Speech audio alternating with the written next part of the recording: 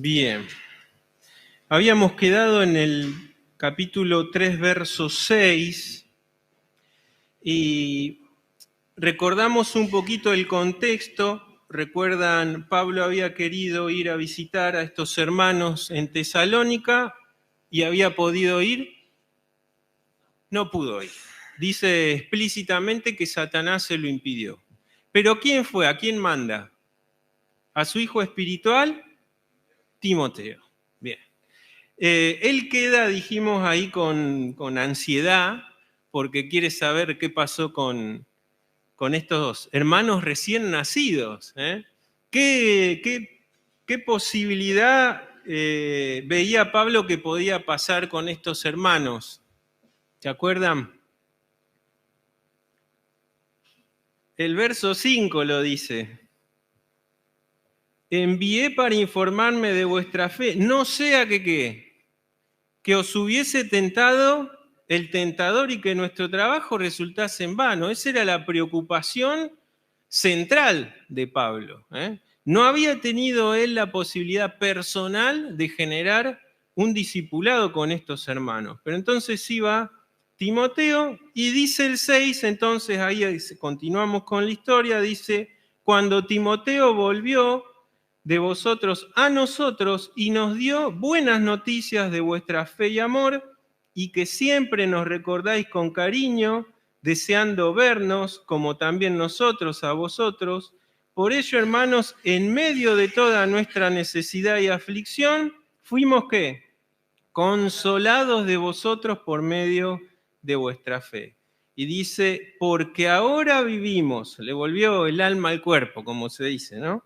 Si vosotros estáis como firmes en el Señor. Un poco vamos a hablar de esto, pero vamos a terminar todo el capítulo 3, dice el 9, por lo cual, ¿qué acción de gracias podremos dar a Dios por vosotros, por todo el gozo con que nos gozamos a causa de vosotros delante de nuestro Dios, orando de noche y de día con gran insistencia? ¿Para qué? Para que veamos vuestro rostro y completemos lo que falte a vuestra fe. 11. Mas el mismo Dios y Padre nuestro y nuestro Señor Jesucristo dirija nuestro camino a vosotros. Y el Señor os haga crecer y abundar en amor unos para con otros y para con todos, como también lo hacemos nosotros para con vosotros. ¿Para qué? Para que sean afirmados vuestros corazones, irreprensibles en santidad delante de Dios nuestro Padre, en la venida de nuestro Señor Jesucristo con todos sus santos. Bien, nuevamente el verso 13 habla de firmeza, afirmados los corazones, y hablando un poco de esto de qué es estar firmes, ¿no? En primer lugar, no habla de una condición propia de capacidades nuestras, porque él dice firmes en quién. Ahí está. Eso es lo primero que tenemos que entender, ¿sí? La firmeza de un hijo de Dios no se basa en su propio conocimiento, no se basa en su propia inteligencia, se basa en quién. En quién está puesto. ¿Se acuerdan? Desde chiquitos cantamos la canción de la casita. ¿Cuál casita resiste las tormentas, los vientos? La que está firme sobre ¿dónde? ¿La arena? Sobre la roca. ¿Y cuál es la roca? Jesucristo. Así que ese es el primer concepto de la firmeza. No podemos estar firmes si no estamos en la roca que es Cristo. Ahora también hay una alerta. Nosotros vamos a ver que acá en el transcurso de esta lectura, implícitamente no hay posibilidad de firmeza si dice el 12, y el Señor os haga ¿qué? Crecer. No podemos, es como ese nene que está dando sus primeros pasos y vieron cómo les tiemblan las piernitas y ¡tac! Se caen de cola, ¿viste? Dan 2 pasitos y se caen. Hay que fortalecer sus piernas, ahí tiene que crecer. Y esto es lo mismo, no hay posibilidad de firmeza espiritual si no hay crecimiento espiritual.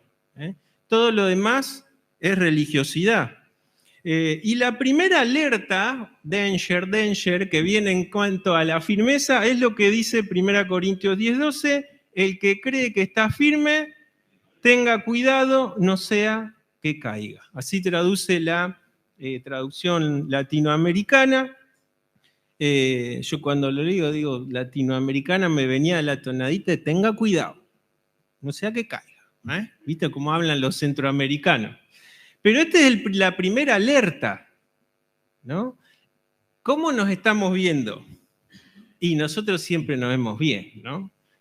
Nuestra condición, si tendríamos que poner una hoja de choice, a ver, oración, lectura, pero apruebo 7, ¿no? Y vamos, y capaz que todos acá estaríamos firmes bajo nuestra propia consideración. Pero dice justamente esto, el que cree que está firme es el primero que tiene que tener cuidado de ¿qué? De no caer, ¿sí? De no tropezar. Esto tiene que ver con lo que dice también la palabra de el concepto que tenemos de uno mismo. Tenemos que ser criteriosos a la hora de evaluarnos, evaluar nuestra vida cristiana. Y muchas veces sí tenemos que tener a alguien al lado que es el que nos marca en qué estamos errando, ¿no? Por lo general los que estamos casados es nuestro cónyuge, ¿no? Que es el primero que nos alerta en qué le estamos errando. Después, ¿quiénes son? Nuestros hijos también, ¿no? Pero bueno, nuestros hermanos espirituales también, con amor siempre encargados de ver que no, en qué andamos medio flojeli, como se dice. Yo quiero tocar algunos puntos rápidamente. Yo sé que la firmeza es un tema que podría llevarnos también varias reuniones, pero yo tengo algunos títulos. Lo primero es firmes ante los embates del enemigo, firmes en la oración, firmes en la esperanza, firmes en la doctrina y por último, firmes en el ministerio. Ustedes me van a poder decir, sí, firmes en el amor, firmes, y pueden agregar firmes. Yo creo que hacemos una lista y pasamos PowerPoint, ¿no? Pero puse estos títulos como núcleo de resumen de la vida cristiana. Hace unas cuantas reuniones venimos viendo, creo que es el Señor sin duda que nos está hablando, acerca justamente de esto de la firmeza ante los embates del enemigo, ¿no? Mati nos había hablado de la tentación del Señor y con eso hablaba justamente del ataque también que sufrimos nosotros los cristianos. Cale después habló también de una de las doctrinas fundamentales que es acerca del pecado y tocaba la tentación también, volviendo a hablar del enemigo. El domingo pasado, ¿de qué hablamos? En la escuela de adultos. Nuevamente, ¿no? De la armadura para estar firmes. Y bueno, y hoy un poco también, no va a ser el tema principal, pero sí tocar un poco este punto, así que perdonen los que estuvieron la clase de adultos el domingo. Dice Efesios 6, 11 y 13, vestidos de ¿qué? De toda la armadura de Dios con un propósito. ¿Para qué? Para que podáis estar como firmes contra las acechanzas del diablo. Y el 13 dice, por tanto, tomad otra vez toda la armadura de Dios. ¿Para qué? Para que podáis resistir en el día malo y habiendo acabado todo, ¿cómo estar? Firmes.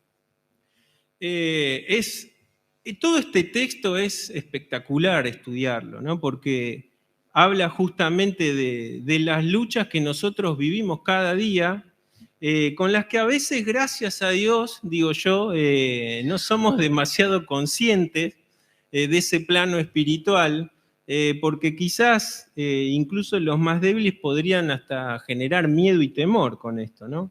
Sin embargo, decíamos también el domingo que no tenemos que tener miedo ni a Satanás ni a la muerte como hijos de Dios, porque tenemos al poderoso, que es nuestro Padre celestial, ¿no? Y que estamos en sus manos, pero sí siempre hay una alerta bíblica de que tenemos que estar alertas, ¿eh?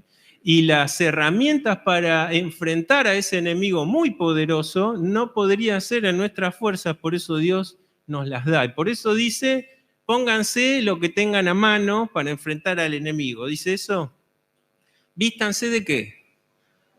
Acá no hay excepción, no es que dejo las sandalias o la presto o el casco. Bueno, me olvidé el casco, pero tengo el escudo, ¿no? Me olvidé. Vas a enfrentar la lucha espiritual vestido completo. Si no estás vestido completo y algún dardo te va a entrar, ¿no? Vas a caer. Y este es el consejo de Dios. Y lo primero que decía ahí era fortaleceos siempre en el Señor, lo que dice Efesios 6, 10. Y lo comparábamos con Santiago, hablando de que él dice, someteos a Dios. Lo segundo, ¿cuál es? Resistid al diablo. Y lo tercero, él huirá. Pero fíjense lo primero que es el fortalecimiento en el Señor, el someterse al Señor. Sin eso, lo otro no se puede dar. Y entonces, teniendo esa armadura que todos conocemos, no vamos a repetir en esta noche, el propósito es estar firmes antes y estar firmes después, ¿no? Enfrentamos firmes, porque si ya entramos blandos al plano de batalla o al campo de guerra, no hay posibilidad. Pero en el transcurso de la lucha permanecemos firmes. Entonces termina el tiempo de lucha, porque va a haber un tiempo que se va a terminar, no vivimos en lucha continua, hay periodos de lucha, ¿no?, más fuertes que nos damos cuenta, y otros que son quizás cosas diarias, pequeños dardillos, ¿no?, que el enemigo nos manda, pero terminando el periodo, ¿qué dice? ¿Cómo estar? Firmes. Es la condición de todo hijo de Dios para resistir esa lucha que todos tenemos, que es en planos espirituales. El enemigo se encargó a lo largo de la historia, ahora vamos a recordar algunas cosas, de siempre tratar de destruir la obra de Dios, de poner obstáculos, como Pablo nos lo dice acá, y de incluso alterar las doctrinas básicas de la palabra de Dios. El segundo punto es firmes en la oración, es lo que venimos a hacer hoy, pero dice, por ejemplo, en el mismo contexto, Efesios 6, 18, dice, orando en todo tiempo, con toda oración y súplica en el Espíritu, y velando en ello con toda perseverancia y súplica por todos los santos. Y esto, que parecería ser redundante en la palabra, es decir, no, Pablo no tenía otra palabra sinónima para poner, no, esto es del Espíritu Santo a la pluma de Pablo, ¿no? Porque las cosas a veces se nos olvidan. Entonces dice, en todo tiempo, con toda súplica, toda perseverancia, y oro por mí, sí, oro por mí, pero ¿por quién más? Dice, todos los santos. Porque en la lucha, decíamos el domingo, en esos escudos, ¿se acuerdan las formaciones romanas? Si caía un soldado, esa formación, ¿qué pasaba? Se debilitaba, ¿no? Y el enemigo, tenés que orar por tu hermano, porque tu hermano también es tentado por el enemigo, entonces tenés que orar para fortalecerlo, que el Señor lo fortalezca, para que su escudo siga alto, para que su casco esté puesto al mismo nivel que vos. Y oramos incluso, decíamos, como Pablo dice, y por mí, oren por mí, oramos por las autoridades que Dios puso también en la congregación. Primera Pedro 4:7 dice, mas el fin de todas las cosas se acerca, sean sobrios y velen en oración. La actitud continua de un cristiano que está firme es un desarrollo de vida de oración plena, ¿sí? Tenemos tiempo de intimidad con el Señor, grupal, tenemos tiempo personal, porque esto lo hacemos una vez por semana, pero en mi vida estoy enfrentando al enemigo, estoy orando, me estoy fortaleciendo en el Señor. ¿Cómo estoy? Firmes en la oración, entonces. El tercer punto dice firmes en la esperanza. Hablamos de esperanza y vemos, ¿tiene esperanza el mundo hoy? Es triste, ¿no? ¿Y por qué el cristiano tiene que estar firme en la esperanza? ¿Qué les parece a ustedes?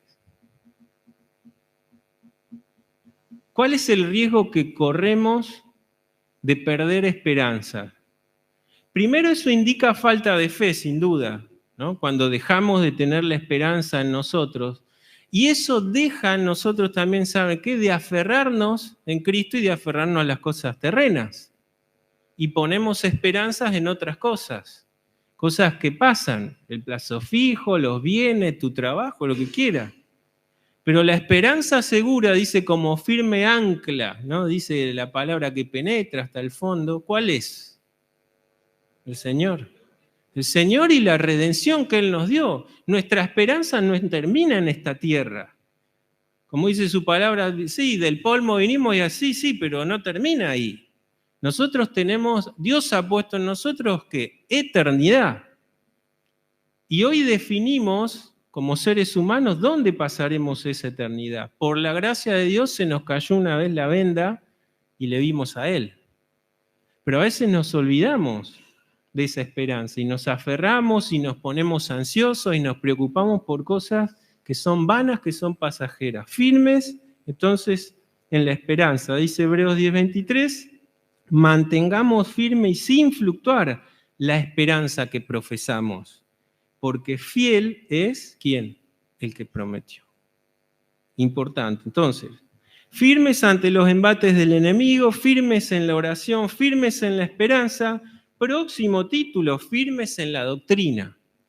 A lo largo del primer siglo hubieron unos cuantos problemas que atacaron a la iglesia, pero básicamente fueron dos con los que Satanás atacó a la iglesia. ¿Cuál fue el primero? A ver.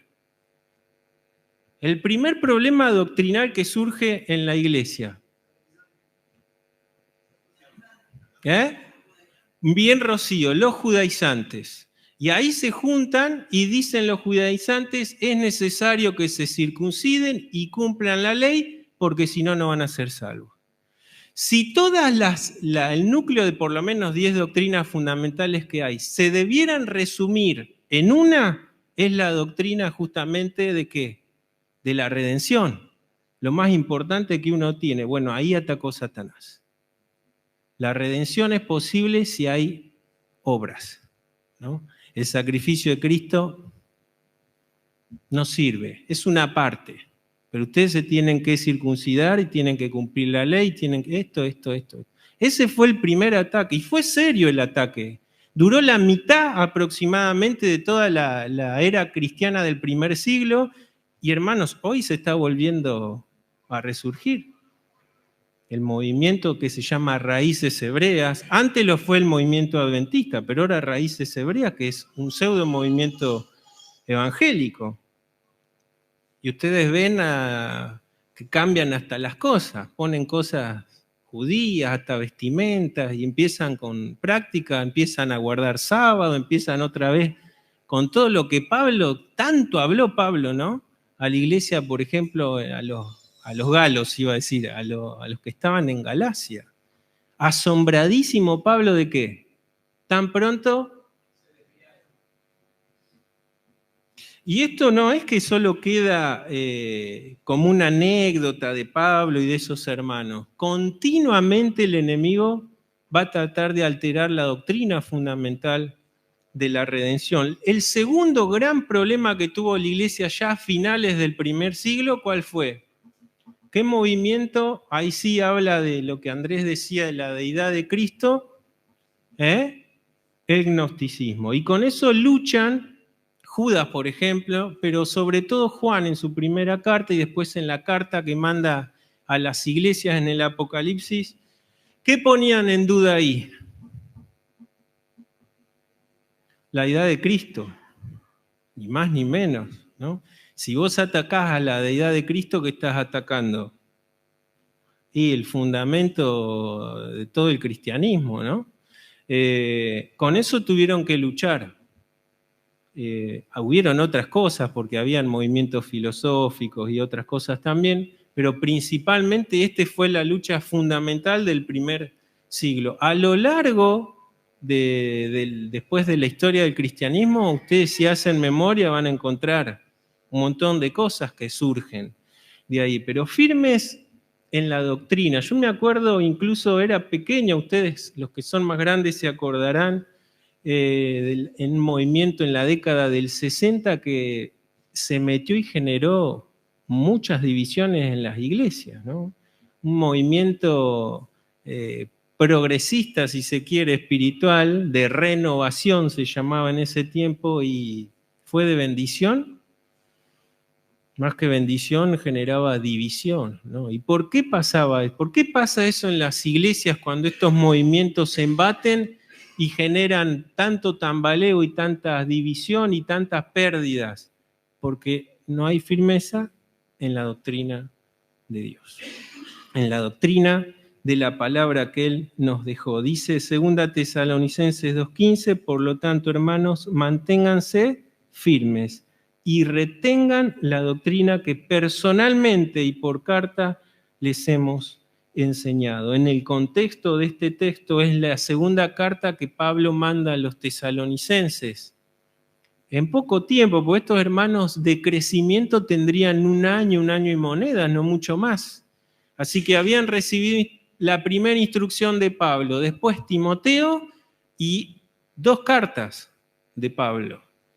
Fíjense que no había evangelios para la época todavía, porque el primer evangelista que escribe, ¿quién es? ¿Se acuerdan? Marcos, y ya del 60 para arriba.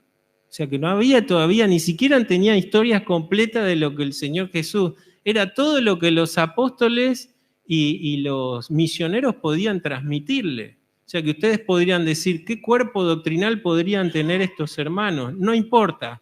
Lo fundamental que Pablo les había dejado en eso, tenían que estar firmes. Hoy nosotros podemos decir, gracias a Dios tenemos tu palabra revelada completa. No falta nada. El problema es que ahora Satanás sabe eso y ¿qué quiere hacer? Y no leas la Biblia. Agarra el control remoto, más fácil. Te desestresa más, ¿no? Y un montón de cosas que nos quiere sacar Satanás el tiempo para poder fortalecernos en la palabra. Gálatas 1:5, recordamos recién, dice, manténganse firmes en la libertad con que Cristo nos hizo libres y no se sometan otra vez al yugo de esclavitud.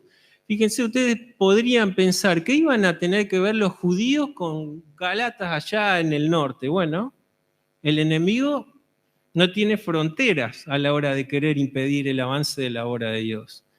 Y después que termina el primer viaje Pablo y llega, se entera que prontamente estos hermanos habían sido tan baleados por otros supuestos hermanos de Jerusalén que les estaban alterando el evangelio. Y Pablo dice, no es que haya otro evangelio, que dice, sino que hay algunos que adulteran, que pervierten. Y Pablo estaba sorprendido. Por eso es imperativo mantenernos firmes siempre en la doctrina fundamental de la palabra de Dios. Segunda Pedro 3:17 dice, ustedes, amados hermanos, que ya saben todo esto, cuídense de no ser arrastrados por el error de esos malvados para que no caigan de su firme postura. Traduce la Reina Valera contemporánea. Esto que escribe Pedro acá es en el contexto de que él dice, hablando de Pablo, ¿no? De nuestro amado hermano Pablo, dice las enseñanzas que él les dejó. Algunas, fíjense, para nosotros son difíciles, para Pedro también. Dice, algunas eran difíciles de entender y algunos, usando eso que hacen, las tuercen. Y Pedro lo llama acá, dice, malvados. No habla de cristianos equivocados o con otra interpretación. Él directamente habla de personas malvadas. O sea que había un plan siniestro de querer torcer la palabra de Dios dada. Y esto siempre pasó y seguirá pasando porque es lo que el enemigo siempre quiso hacer, adulterar y pervertir la palabra de Dios. Efesios 4, 14 y 15 dice, ¿por qué tenemos que estar firmes en la doctrina? Bueno, para que ya no seamos niños fluctuantes, arrastrados para todos lados, por todo viento de doctrina, por los engaños de aquellos que emplean con astucia. La astucia siempre es del enemigo, la sabiduría es de los hijos de luz. Fíjense que dice, la serpiente era más, no dice más sabia, más astuta. Y siempre que se habla de Satanás es la astucia, justamente, porque es la característica para el mal. La mentira está metida ahí. Dice, artimañas como engañosas, sino para que profesemos la verdad en amor y crezcamos en todo en Cristo que es la cabeza. Y Salmos 112.1, 7 y 8 dice, bienaventurado el hombre que teme a Jehová y en sus mandamientos se deleita en gran manera. Consecuencias de esto, no tendrá temor de malas noticias. Su corazón está firme, confiado en Jehová. Asegurado está su corazón, no temerá. Me encanta este salmo porque habla justamente de esto. La posibilidad de ser firmes en Cristo es estar firmes en su palabra, firmes en las enseñanzas que Él nos dejó. Algunos hablan de que no, la Biblia es difícil de entender. ¿Vieron? ¿No escucharon nunca ese argumento? No, como si fuese, viste, estuviese en clave morsa, no sé qué. Y cuando nosotros leemos las cartas, sin duda hay algunas cosas que llevarán más tiempo de estudio, pero es impresionante lo perfecto y lo claro que está la palabra de Dios para cómo debemos vivirla. Los no de Dios, los sí de Dios, los consejos de Dios. No hay imposibilidad de poder entender, porque Dios quiso que su palabra sea clara para nosotros. Por eso es que no hay excusa para no tener firmeza en esto. Firmes entonces ante los embates del enemigo, en la oración, firmes en la esperanza, firmes en la doctrina, y el último punto que termino con esto es firmes en el ministerio. Podríamos agregar, como dije, muchos más firmes, pero el ministerio ocupa la vida del cristiano, ¿no? Gran parte de nuestra vida es ¿qué voy a hacer para Dios? ¿No? Y nos preguntamos desde que creemos, cuando damos los primeros pasos, y bueno, ¿en qué voy a servir al Señor? Es el deseo que Dios pone en nosotros de servirle a Él. Pero el enemigo también se va a ocupar de que ese transitar en el ministerio que tengas y decaiga, o se abandone, o te tumbe del lugar donde estás. Por eso es importante, porque acá también va la posibilidad de afectar también al que tenés al lado, ¿no? Cuando Satanás hace caer a alguien del ministerio, no es solamente ese hermano, son también los hermanos que lo rodeaban, ¿no? Y esto obviamente depende del ministerio en el que te toque, pero es importante de saber que siempre nosotros lo que hacemos, sí lo hacemos para el hermano porque servimos a la iglesia, pero el primero al que nosotros servimos, ¿a quién es? A Dios. Y ese es el concepto fundamental. 1 Corintios 15:58 dice así que, hermanos míos amados, estad firmes y constantes, creciendo en la obra del Señor siempre, sabiendo que vuestro trabajo en el Señor no es en vano. ¿Pueden cansarse un poco nuestras manos? Sí. ¿Podemos terminar fatigados? Sí. A veces podemos quizás hasta dudar de lo que si estamos haciendo está bien o no, y sí, porque eso pasa.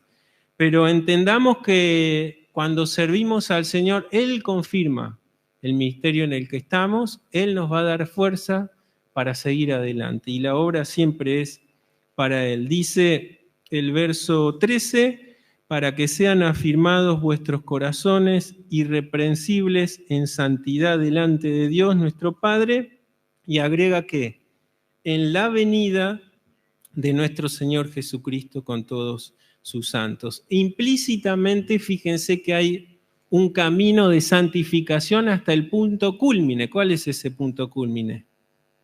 Cuando Cristo nos venga a buscar. La firmeza, qué tema, ¿no? Para mirarnos y decir, ¿cuál sería la hojita de prueba que uno tendría que hacer para evaluarse? Y bueno, delante del Señor.